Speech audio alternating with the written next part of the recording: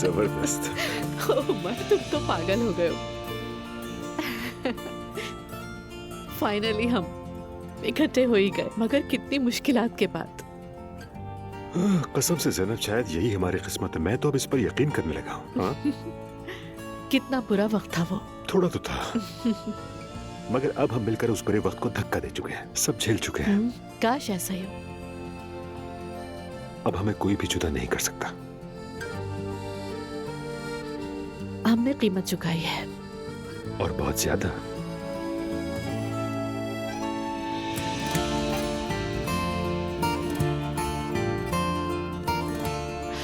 मुझे लगता है कि हम समझदार हो गए हैं।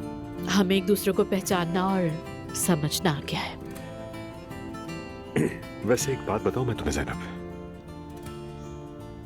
जब मैंने पहली बार तुम्हें देखा तुम्हें था, गुस्सा आया था। हाँ, मैंने कहा या खुदा, ये औरत तो बड़ी तेज है, हाथ लगाया तो जल जाऊंगा। मगर उसी लम्हे मेरे दिल ने कहा यही औरत तो मेरी जिंदगी की मलका होगी, और यही औरत उमर उनाल साहब तुम्हारा दिल अपनी मुट्ठी में ले लेगी।